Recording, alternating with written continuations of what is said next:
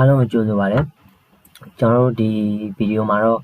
ဒီ Adobe Illustrator ထဲကနေပြီးတော့ကျွန်တော်တို့ Unblock Distort ဆိုတဲ့ option လေးကိုဒီ function လေးကိုပေါ့နော်ဘယ်လိုအသုံးပြုလဲဆိုတာကိုကျွန်တော်ပြောပြပေးမှာဖြစ်ပါတယ်။အဲ့တော့ဒီဗီဒီယိုလေးကတော့ beginner တွေအတွက်ရည်ရွယ်ပါတယ်ပေါ့နော်။အဲ့တော့ Unblock Distort ဆိုတာကျွန်တော်ဒီ object menu ထဲကနေပြီးတော့ဒီ Unblock Distort တွေကကျွန်တော်ဒီ function လေးတွေပေါ့နော်။အဲ့တော့ပထမဆုံးအနေနဲ့ကျွန်တော်ဒီ make with top object ဆိုတာလေးကိုဒီ function လေးကိုပြောပြပေးမှာဖြစ်တယ်ပေါ့နော်။အဲ့တော့သူကဘယ်လိုမျိုးအလုပ်လုပ်တာလဲဆိုတော့ကျွန်တော်တို့ဒီမှာအခုမြင်နေရတယ်လို့မျိုးပဲပေါ့နော်။သူကအောက်ကဒီ shape တွေထဲမှာစာရေးတာမျိုးပေါ့နော်။အဲ့တော့ဒါလေးကိုဘယ်လိုမျိုးလုပ်လဲဆိုတာကိုကျွန်တော်တို့ကြည့်လိုက်ရအောင်ပေါ့နော်။အဲ့တော့ကျွန်တော်ဒီမှာ document တစ်ခုကို create လုပ်ထားတယ်ပေါ့နော်။အဲ့တော့ပထမဆုံးအနေနဲ့ကျွန်တော်တို့ဒီဘက်ကလိုမျိုးပေါ့နော်အသေးပုံ shape ကလေးကိုစပြီးတော့ create လုပ်ကြည့်မယ်ပေါ့အဲ့တော့ဒီအသေးပုံ shape ကလေးကို create လုပ်ဖို့အတွက်ကိုကျွန်တော်တို့ဒီ tools တွေကနေပြီးတော့ဒီ rectangle tool ပေါ့နော်သူ့ရဲ့ shortcut ကတော့ M ဖြစ်တယ်ပေါ့နော်အဲ့တော့ဒီကနေပဲသွားပြီးတော့mouse နဲ့ပဲသွားပြီးတော့ယူဒါမှမဟုတ် keyboard ကနေ shortcut ဖြစ်တဲ့ M ကိုပဲနှိပ်အတူတူပဲပေါ့နော် okay အဲ့တော့ကျွန်တော်ဒီ tool လေးကိုယူလိုက်တယ်ယူပြီးတော့ကျွန်တော်အခုလိုမျိုး rectangle လေးတစ်ခုဆွဲလိုက်တယ်ပေါ့နော်အဲ့တော့အခုလိုမျိုး rectangle ဆွဲလိုက်တဲ့အချိန်မှာသူဒီမှာ rounded corner လေးတွေပေါ့နော် rounded corner လေးတွေပေါ်လာတယ်အဲ့တော့ဒီ point လေးတွေကိုကျွန်တော် mouse နဲ့ click နှိပ်ပြီးတော့ဆွဲလိုက်တယ်ပေါ့နော်အဆုံးထိဆွဲချလိုက်တယ်ပေါ့နော်အဲ့တော့သူ့ရဲ့ဒီ corner လေးတွေ down လေးတွေကဝိုင်းသွားတယ်ပေါ့နော် okay ကျွန်တော်ဒီ selection 2ကိုပြန်ယူလိုက်တယ်အဲ့တော့သူ့ကိုကြည့်မယ်ဆိုလို့ရှိရင်သူ့မှာfree ရယ် stroke ရယ်ဆိုပြီးတော့အရောင်နှစ်ခုဖြစ်နေတယ်ပေါ့နော်ဒီမှာကြည့်မယ်ဆိုရင်လည်း free ကအဖြူဖြစ်တယ် stroke ကအနက်ရောင်ဖြစ်တယ်ပေါ့နော်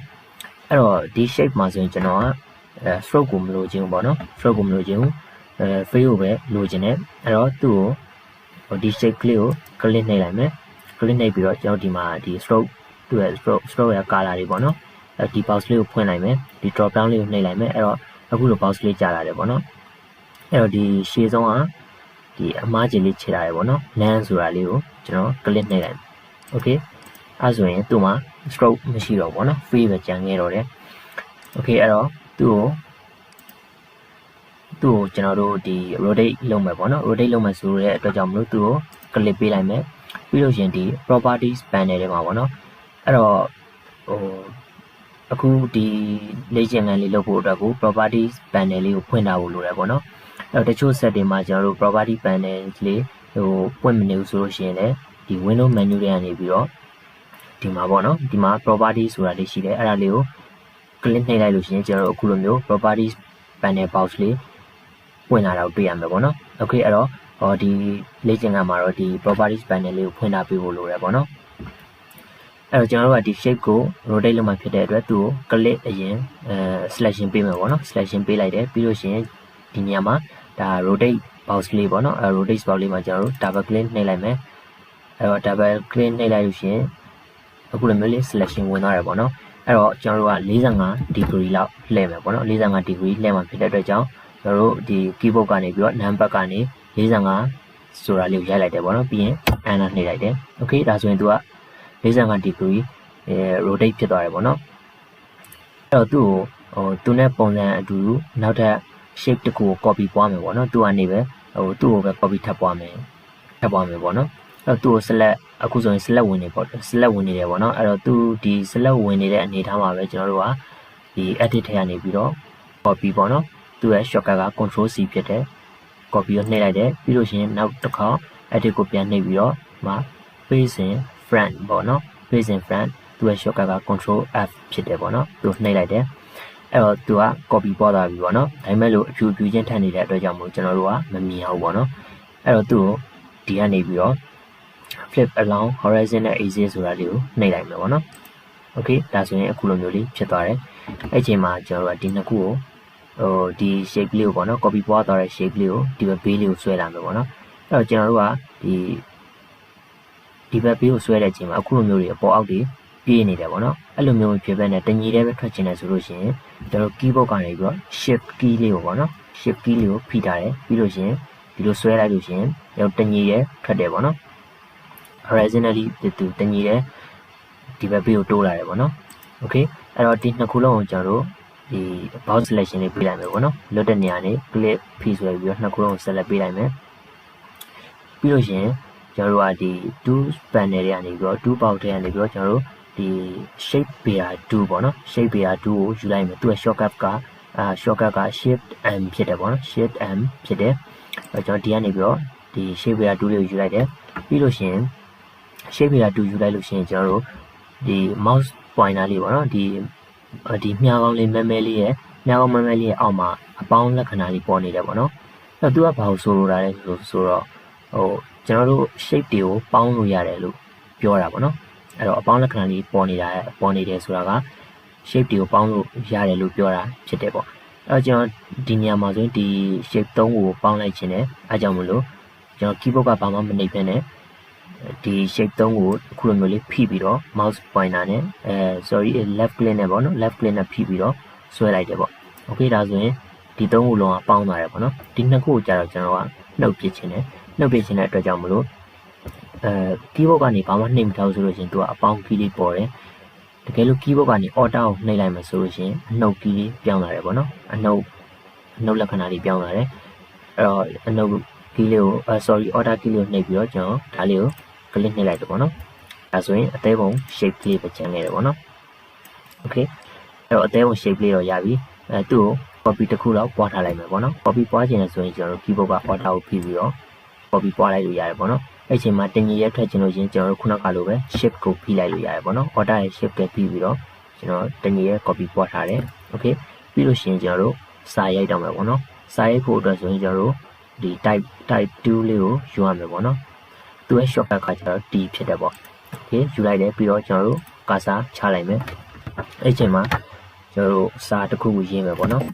okay နော် I love you ရေးလိုက်ရပေါ့နော်ပြီးလို့ရှိရင်ဒီသူ့ရဲ့ character box ထဲမှာကျွန်တော်တို့ဒီ Latin ပေါ့နော် Latin လေးကိုနည်းနည်း short လိုက်မယ် okay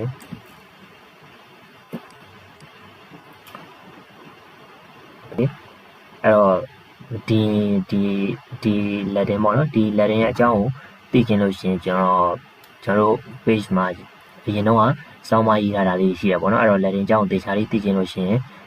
ကျွန်တော်တို့အရင်ကစောင်းမလေးကိုတွားပြီးတော့ဖတ်ကြည့်လို့ရတယ်ပေါ့နော် okay အဲ့တော့ကျွန်တော်တို့အခုလိုမျိုးဒီလိုမျိုးတွေတော့စာရိုက်လို့ပြီးပြီပေါ့နော်အဲ့တော့ဒီ shape ပေါ်မှာဒီစာလေးကိုလာပြီးတော့ထပ်လိုက်တယ်ပေါ့နော်အဲ့တော့ကိုလိုချင်တယ်လို့site ကိုအကြည့်သေးလဲကိုယ့်ကိုချိန်ညှိလို့ရတယ်ပေါ့ okay အရင်သေးလို့ရှိရင်လည်းအဆင်မပြေဘူးပေါ့နော်အရင်ကြည့်ရင်လည်းအဆင်မပြေဘူးအဲ့တော့အနေတော်လောက်ကလေးပဲထားလိုက်တယ် okay ပြီးတော့ကျွန်တော်တို့ကအခုလိုမျိုးဒီ envelope desktop တွေကဒီ make with top object ပေါ့နော်ဒီ function လေးကိုအသုံးပြုမယ်ဆိုလို့ရှိရင်ကျွန်တော်တို့ကဒီစာကို shape ထဲမှာထည့်ခြင်းလဲဆိုလို့ရှိရင်စာကို shape ရဲ့နောက်မှာပေါ့နော် layer မှာကြည့်မယ်ဆိုလို့ရှိရင်ဒီစာ shape ရဲ့နောက်ကိုရောက်နေမှရမယ်ပေါ့နော်အဲကြောင့်မလို့ကျွန်တော်တို့ဒီစာကို shape ရဲ့နောက်ကိုပို့မယ်ပေါ့အဲ့တော့ shortcut အနေနဲ့လည်းပို့လို့ရတယ်ပေါ့နော်ဒါပေမဲ့ကျွန်တော်ထင်သာမြင်သာရှိအောင်လို့ဒီကနေပဲသွားပြပါမယ်နော်အဲ့တော့ကျွန်တော်တို့ကဒီစာကိုနောက်ကိုပို့မှဖြစ်တဲ့အတွက်ကြောင့်မလို့စာကို click ပေးလိုက်မယ် selection ပေးလိုက်မယ်ပေါ့နော် selection ပေးမယ်ပြီးရင် edit ထဲကနေပြီးတော့ဒီ cut ပေါ့နော် cut control x ပေါ့နော်သူ့ shortcut က control x ဖြစ်တယ်အဲ့တော့ cut ကိုနှိပ်လိုက်မယ်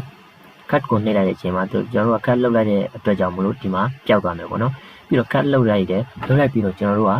ဒီ shape ကနောက်ကိုပို့မှဖြစ်တဲ့အတွက်ကြောင့်မလို့ကျွန်တော်တို့က shape ကို selection ပေးလိုက်မယ်ပေါ့နော် selection ပေးလိုက်မယ်ပြီးလို့ရင် edit ကနေပြီးတော့ဒီမှာ paste in back ပေါ့နော်သူ့ရဲ့ shortcut က control B ဖြစ်တယ်အဲ့ဒါလေးကိုနှိပ်လိုက်မယ်ဒါဆိုရင်သူက shape ကနောက်ကိုရောက်သွားပြီပေါ့နော် okay အဲ့တော့ကျွန်တော်တို့ကဒီချိန်မှာနှစ်ခုလုံးကို select ပေးလိုက်မယ် select ပေးလိုက်ပြီးတော့ object ထဲကနေပြီးတော့ envelope desktop ပြီးရင် make with top object เนาะဒါလေးကိုနှိပ်လိုက်တဲ့အချိန်မှာအခုလိုမျိုးဒီစာ shape ထဲကိုဝင်လာတာကိုတွေ့ရမယ်ပေါ့နော်အဲ့တော့ကျွန်တော်တို့ကဒီစာကိုအနက်အောင်မဖြစ်ချင်ဘူးပေါ့နော်အနက်အောင်ဖြစ်ချင်ဘူးအဖြူအောင်ဖြစ်ချင်တယ်အဲ့တော့ဘယ်လိုမျိုး edit လုပ်ရမလဲဆိုတော့သူ့ကိုdouble click ပေါ့နော် double click နှိပ်လိုက်မယ်နှစ်ချက်နှိပ်လိုက်တယ်ပြီးလို့ရှိရင်ဒီနေရာမှာ ဒါသူ့ရဲ့ free color တွေပေါ်လာလိမ့်မယ်ပေါ့နော်ကျွန်တော်ဒီ drop down လေးကိုနှိပ်လိုက်မယ်ပြီးလို့ရှိရင်ဒီရှေ့ဆုံးကဖြူရောင်လေးကိုပေါ့နော်ဖြူရောင်လေးကို select ပေးလိုက် okay ပြီးလို့ရှိရင်ကျွန်တော်လွတ်တဲ့နေရာမှာ double click နှိပ်လိုက် okay ဒါဆိုရင်ဒီလိုမျိုးလေးရလာတယ်ပေါ့နော် okay အဲ့ချိန်မှာကျွန်တော်တို့ကဒီအသေးပုံ shape လေးပေါ့နော်ဒီအသေးပုံ shape လေးကကျတော့သူ့ရဲ့ free color ဖြူအောင်ဖြစ်တဲ့ stroke color မရှိဘူးပေါ့နော်အဲ့တော့ဒီနေရာမှာကျွန်တော်လိုချင်တာကကျတော့သူ့ free ကိုမလိုချင်ဘူး stroke ကိုပဲဖြူအောင်လိုချင်တယ်ပေါ့နော်အဲ့ဒီအတွက်ကြောင့်မလို့ကျွန်တော်တို့က free နဲ့ stroke နဲ့ကိုပြောင်းပြန်လုပ်မယ်ပေါ့အဲ့တော့ဒီနေရာမှာမြားကောင်းလေးနှစ်ခုရှိတယ်ပေါ့နော်ဘာလဲဆိုတော့သူက free နဲ့ stroke နဲ့ကို swap လုပ်တာပေါ့နော်ဟိုဘက်ဒီဘက်ပြောင်းတာအဲ့တော့သူ့ကို click နှိပ်လိုက်မယ်ဆိုလို့ရှိရင်အခုလိုမျိုးလေး free color ကနေပြီးတော့ stroke color ကိုပြောင်းလာတာကိုတွေ့ရမယ်ပေါ့နော်ပြီးလို့ရှိရင်သူရဲ့ stroke weight ကိုခုလိုမျိုးလေးတင်လိုက်မယ် okay ပြီးလို့ရှိရင်ဒီဘက်ကို shift key လေးနဲ့ဆွဲလာမယ်ပေါ့နော် shift key လေးနဲ့ဆွဲလာမယ် okay အလဲစံနာလောက်ကြားလို့ရှိရင်လွှတ်လိုက်မယ်ပေါ့နော်ပြီးလို့ရှိရင်ကျွန်တော်ဒီ down ကနေပြီးတော့ mouse pointer လေးတင်ပြီးတော့ order ရဲ့ shift ကပေါ့နော်နှစ်ခုလုံးဖိဆွဲလိုက်မယ် okay အဲဒါသူကတိတ်ပြီးတော့စံနာမကြသေးတော့ဒီနေ့တော့ဒီဘက်ကိုရွှေ့လိုက်ဒီပြင် order နဲ့ shift နဲ့ကျွန်တော်လိုသလိုလေးဆွဲလိုက် okay ဒါဆိုရင်တော့ကျွန်တော်တို့အခုလိုမျိုးရတယ်ပေါ့နော် stroke weight ကနည်းနည်းထူနေရဆိုရင်လည်းပြန်ပြီးတော့ပါလိုက်လို့ရတယ် okay ဒါဆိုရင်တော့အဆင်ပြေပါတယ်အဲ့တော့ဒီစာကိုလည်းကျွန်တော်တို့ကြိုက်တဲ့ကိုလိုချင်တဲ့ကိုထည့်ချင်တဲ့စာတွေကိုထပ်ပြီးတော့ပြောင်းလို့ရသေးတယ်ပေါ့နော်အဲ့တော့သူ့ကို order နဲ့ shift နဲ့ copy ပွားလိုက်မယ်ပြီးလို့ရှိရင်ဒီစာပေါ်မှာ double click နှိပ်မယ်နှစ်ချက်နှိပ်လိုက်တယ်ပေါ့နော်ပြီးလို့ရှိရင်ကျွန်တော်တို့ type 2လေးကိုယူပြီးတော့